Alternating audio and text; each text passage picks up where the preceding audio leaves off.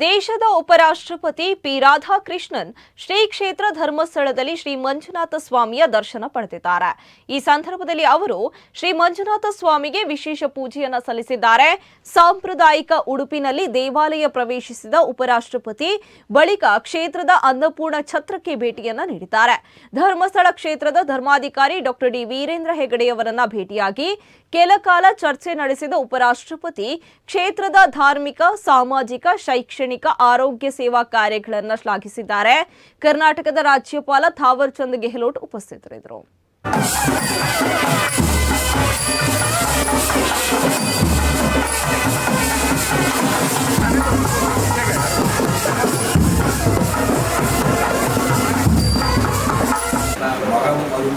मघा नक्षत्रे जातस्य ये ग्रहाः रजतानि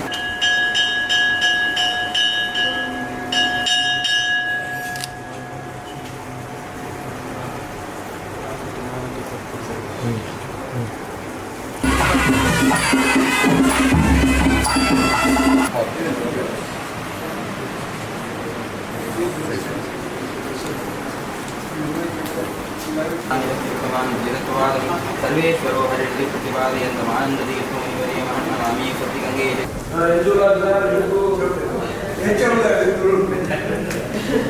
पक्षीयमाणं विपचितं वितरं भक्तानां